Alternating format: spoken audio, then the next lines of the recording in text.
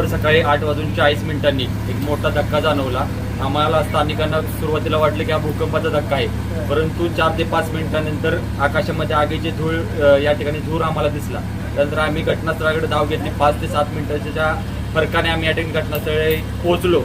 खरं बघितलं तर ही कंपनी 9 वाजता चालू होणार होती, परंतु त्यापूर्वीच 15 मिनिट अगोदर सुदैवानं या ठिकाणी स्फोट झाला आणि कोणती जीवितहानी झाली नाही। खरं पाहिलं तर या ठिकाणी एक MIDC स्थापन होऊन 30 ते 35 वर्षाचा काळ लोटला, परंतु या ठिकाणी अग्निशामक यंत्रणा या MIDC मध्ये अजूनही स्थापित केली गेलेली नाही आणि या MIDC मध्ये ही सुमारे 3री ते 4थी घटना आहे। यापूर्वीही रासायनिक कंपनीमध्ये 3 ते 4 वेळा स्फोटाची घटना या ठिकाणी घडलेली होती आणि 30 ते 35 वर्ष उलटून सुद्धा या ठिकाणी अग्निशामक यंत्रणा या ठिकाणी स्थापित न केल्यामुळं या ठिकाणी मोठी हानी झालेली आहे, कंपनीची हानी झालेली आहे।